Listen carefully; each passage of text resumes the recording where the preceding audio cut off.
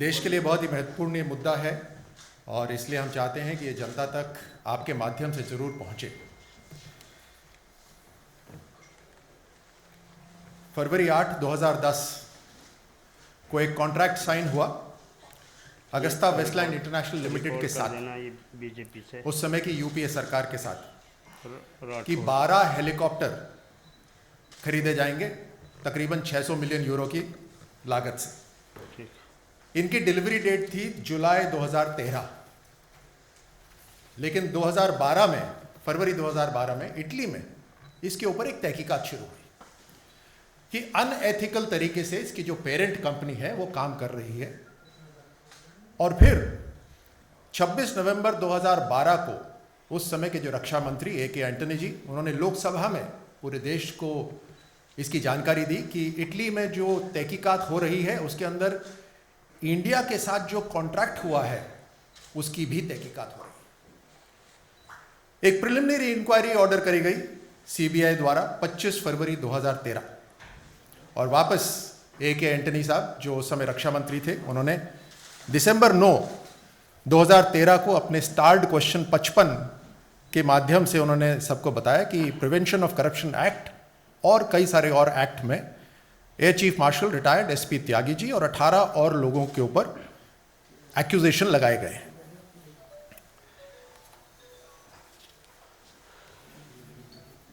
पच्चीस मार्च 2013 A K. Antony साहब ने इंडिया टुडे के अपने एक इंटरव्यू में इसको कबूल करा कि bribes were taken in Agusta deal. उनको मैं कोट कर रहा हूं, yes, corruption has taken place in the helicopter deal and bribes have been taken. Corruption हुआ है, ब्राइब ली गई है और CBI is pursuing the case vigorously. ये उन्हीं के शब्द हैं। इसमें आपको जानकारी है कि इसके ऊपर इंक्वायरी चल रही है। खास तौर से 2014 में क्रिश्चियन मिशेल के जो नोट्स हैं जो उन्होंने अलग अलग लोगों को भेजे हैं, उससे बहुत सी जानकारी मिलती है। क्रिश्चियन मिशेल ने एक पीटर हुलेट को एक नोट में लिखा कि सोनिया गांधी और उनके जो नज़दीकी लोग हैं उनको टारगेट करिए और उनको टारगेट करके ये हमारी डील सैंक्शन होगी, हमारी डील थ्रू होगी। और उसमें फिर लिस्ट दी हुई है कौन कौन से वो लोग हैं। उसमें अहमद पटेल साहब का भी नाम है और कांग्रेस के सब वरिष्ठ नेताओं के उसके अंदर नाम लिखे गए। यहां तक कि उसमें यह भी लिखा है कि पेमेंट किस प्रकार से अलग अलग 4 भागों में बांटा गया है। और उसमें उन्होंने AF एब्रीविएशन है, उसके अंदर लिखा है, BUR एक एब्रीविएशन है, उसमें लिखा है, POL यानी पॉलिटिशियंस उसमें लिखा है, और AP एक एब्रीविएशन है, उसके अंदर कितने पैसे उनको पे करने हैं, ये सब उसके अंदर लिखा हुआ है।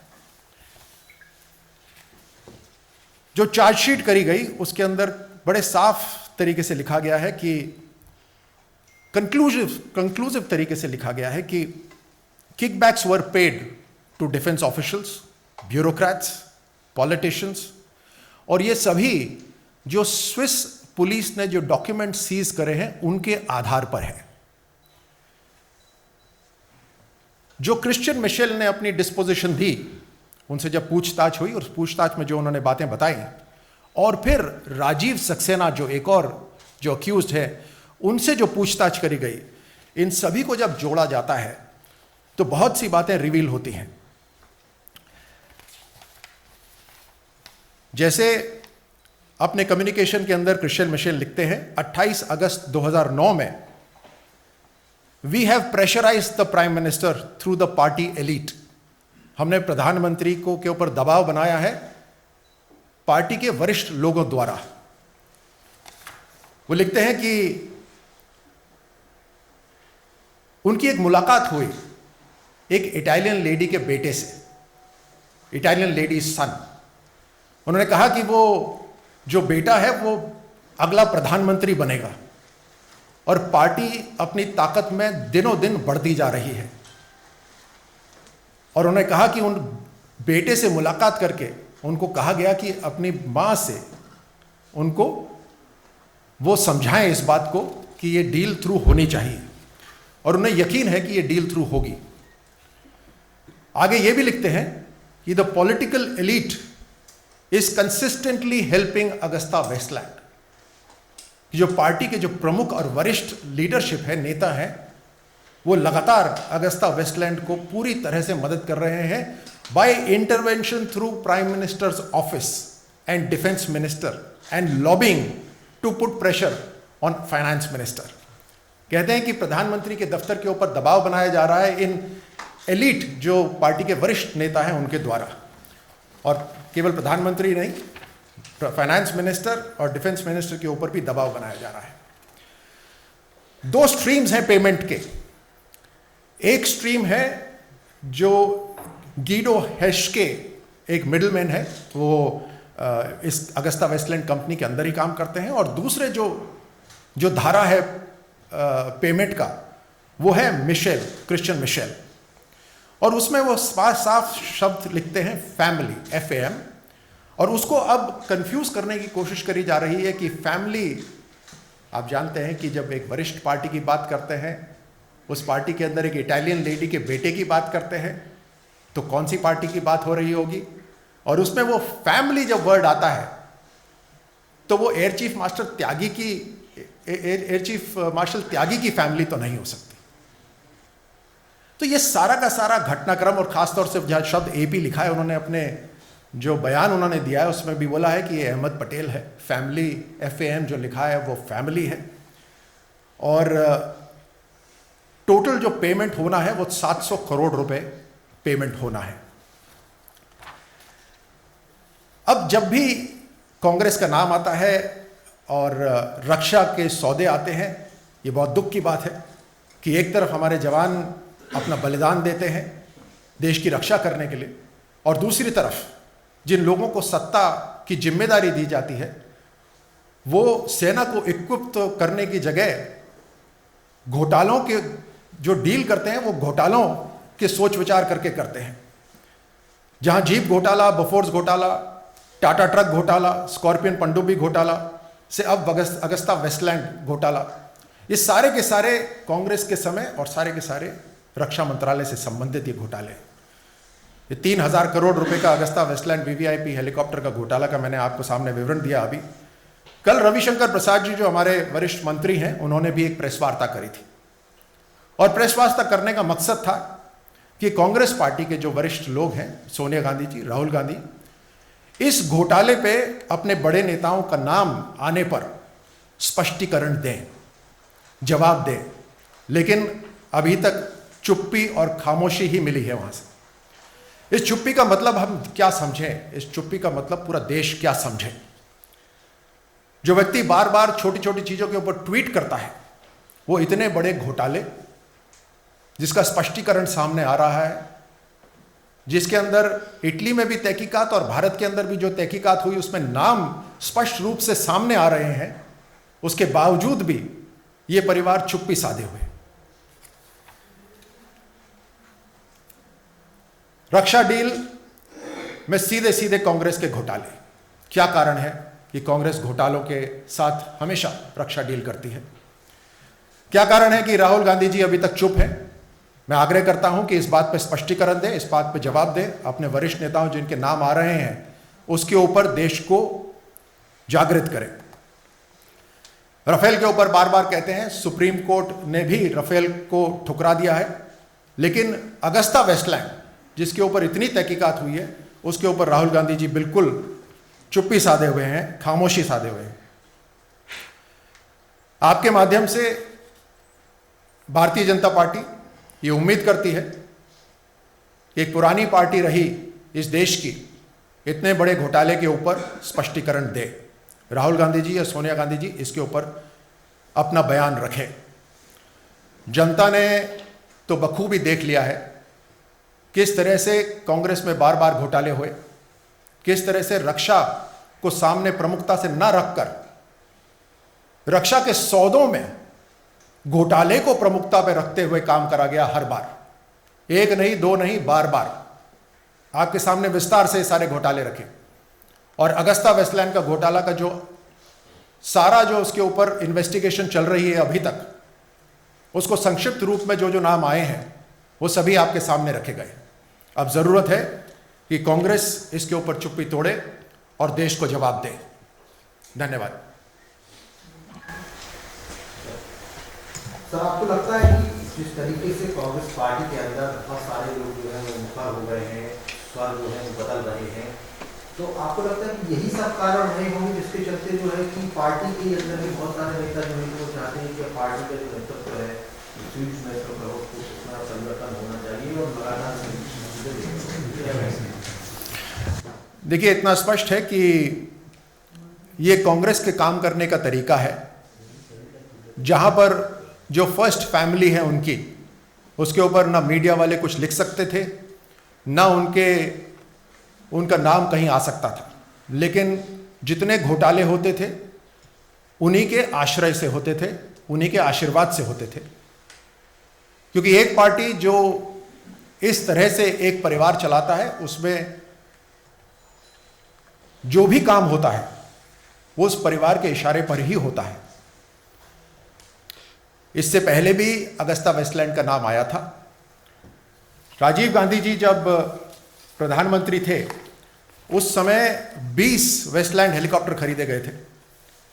एक हेलीकॉप्टर का क्रैश हुआ, उसके बाद एक इन्वेस्टिगेशन हुई और इस इन्वेस्टिगेशन के बाद 19 हेलीकॉप्टर जो पवन हंस के पास थे वेस्टलैंड के, उनको सबको ग्राउंडेड कर दिया गया। तो ये पहली बार नहीं है, ये बार बार हुआ है और एक ही परिवार के इशारे पर हुआ है। और इसलिए जरूरी है कि आज देश जब जागरूक होता जा रहा है हर चीज आप सबके माध्यम द्वारा, ये परिवार जवाब दे। सर, कल जो प्रेस कॉन्फ्रेंस हुआ था उसके वो मैंने ट्वीट किया था, तो सलमान खुर्शीद ने ट्वीट किया है, and I read, what law minister who does not know how to read the chargesheet and fails sub judice test, what you have to say on this? This is the tweet by Salman Khurshid on the Twitter response of mine. देखिए, इसमें जरूरी बात यह है कि जिससे सवाल जवाब हो रहे थे वो विटनेस क्या कह रहा था, और उस विटनेस ने जो बयान दिए हैं उस बयान में जिस जिस लोगों के नाम आए हैं, अब तहकीकात यह हो रही है कि उन लोगों के साथ कौन कौन कनेक्टेड था, उन लोगों के ऊपर आशीर्वाद किन किन लोगों का था। यह बहुत गहरी इन्वेस्टिगेशन होती है जिसमें एक देश नहीं दूसरा देश भी इन्वॉल्व होता है और दूसरे देश की कंपनियां इन्वॉल्व होती हैं। आप सब पढ़े लिखे हैं, मुझे यकीन है आपने पढ़ा होगा कितनी वेब ऑफ कंपनीज है। एक दो कंपनीज नहीं, इन्होंने 100-200 कंपनीज बना रखी हैं। उनके माध्यम से पेमेंट एक से दूसरे से तीसरे से चौथे से हो रहा है। पेमेंट्स को छुपाने की कोशिश करी गई है ताकि असलियत तक, असली व्यक्ति तक हम पहुंच ना पाए। तो इन्वेस्टिगेशन में टाइम लगेगा, लेकिन हम पहुंचेंगे जरूर। मोदी सरकार इस बात पर बिल्कुल अडिग है कि देश का पैसा देशवासियों के लिए है। रक्षा में सौदे, कहीं पे भी सौदे नहीं हो सकते। आज जो सौदे हो रहे हैं, जो डील्स हो रही हैं, वो सरकार टू सरकार हो रही है, गवर्नमेंट टू गवर्नमेंट डील्स हो रही हैं। ये जितने भी घोटाले हुए, इसके अंदर कोई भी गवर्नमेंट टू गवर्नमेंट डील नहीं थी, क्योंकि वो चाहते थे कि कोई ना कोई उनका जानकार मिडिलमैन हो ताकि उस परिवार को या उस परिवार के साथ जुड़े हुए जो राजनीति लोग हैं उन सबको फायदा मिले। You have also raised questions on the Congress party joining the Gupkar ranks, and they should come out clearly on their stand on whether they are with the restoration of Article 370 or the other things. Now we know for a fact that how the local leadership of the Congress party has spoken to Times Now, and they are saying that yes, they are for the restoration of Article 370. Mehbooba Mufti says that she won't hold the Tiranga. Now PDP leader Naeem Akhtar, while taking jibe on Donald Trump, said that if he would have said Bharat Mata Ki Jai, then he would have neutralized all the disaster. Now first mocking the Tiranga and now mocking Bharat Mata Ki Jai, not coming out clearly. How do you see this, sir? Congress party और कुछ एक जो dynasty lead parties हैं, जो पार्टियां परिवारवाद को बढ़ाती हैं, वो देश को कैसे बढ़ा सकती हैं? उनका एक ही लक्ष्य हो सकता है, अपने परिवार को आगे बढ़ाना। आपने बात करी जम्मू और कश्मीर की, वहां पे वहां के लोगों को, वहां के रहने वाले जो मुख्यमंत्री बने, जो कुछ परिवारवादी पार्टियां हैं, उनको भरपूर मौका मिला, लेकिन उस मौके से भारत को क्या मिला? दिन पे दिन वहाँ सिचुएशन बिगड़ती गई, कानून व्यवस्था बिगड़ती गई। 40,000 से ज़्यादा वहाँ लोग मारे जा चुके हैं, देश के सैनिक अपना खून बहा चुके हैं। पाकिस्तान अभी भी कश्मीर के ऊपर अपना क्लेम बढ़ाता जा रहा है। लोकतंत्र वहाँ गांव-गांव तक नहीं पहुँचा, और उसके बावजूद भी ये परिवारवाद वाले पार्टी 370 को वापस लाना चाहते हैं, जहाँ पूरा देश एक मुखर होकर कह रहा है कि 370 हटा, बिल्कुल सही हटा। एक नया राजनीतिक युग है। एक नई तरीके से जम्मू को, कश्मीर को और लद्दाख को देश के मेनलैंड के साथ मुख्य धारा में जोड़ने की लोकतांत्रिक कोशिश हो रही है। उसको जो जो रिजेक्ट करते हैं, भारत उन सबको रिजेक्ट करता है। सर, पश्चिम बंगाल में आप लोग की तैयारी है कि अगले साल सत्ता में वापसी करें, टीएमसी को हरा कर, लेकिन दूसरी तरफ कांग्रेस पार्टी और लेफ्ट भी दोनों साथ मिलकर लड़ने की तैयारी में कि टीएमसी को बेहतर हल कर आप लोग की जगह वो सत्ता में है, क्या कहेंगे? ये देश का सौभाग्य है कि आज ऐसा राजनीतिक युग आया है कि कांग्रेस और लेफ्ट अब एक विचारधारा में जुड़ते जा रहे हैं। केरल के अंदर जो लेफ्ट वाले कार्यकर्ता हैं वो प्रश्न करते हैं कि हमारा कांग्रेस के साथ मिलाप कैसे हो सकता है।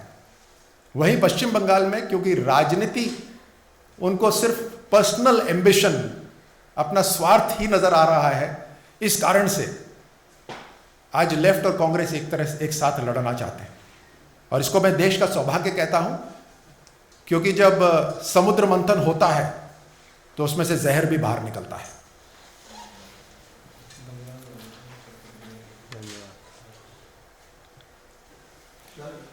ये भी बिल्कुल बात स्पष्ट है कि, और सब लोग जानते हैं, मैं मीडिया वालों से मित्रों से जब बात करता हूं,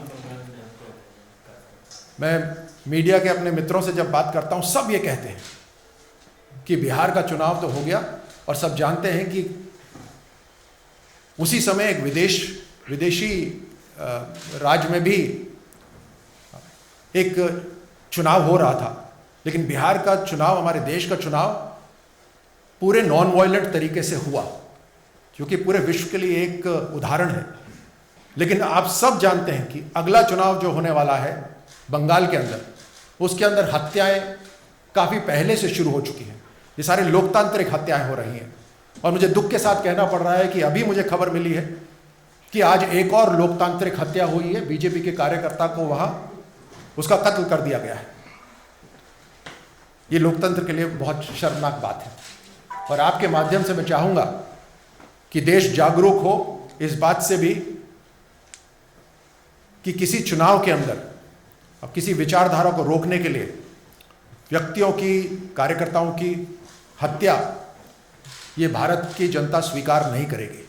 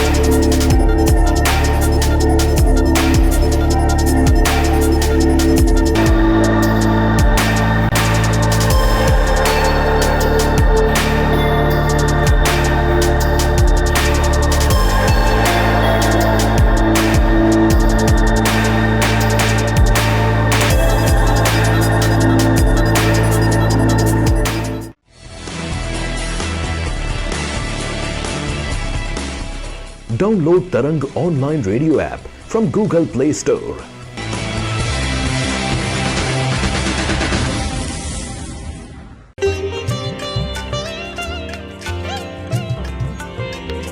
You are listening to Tarang Devotional Online Radio.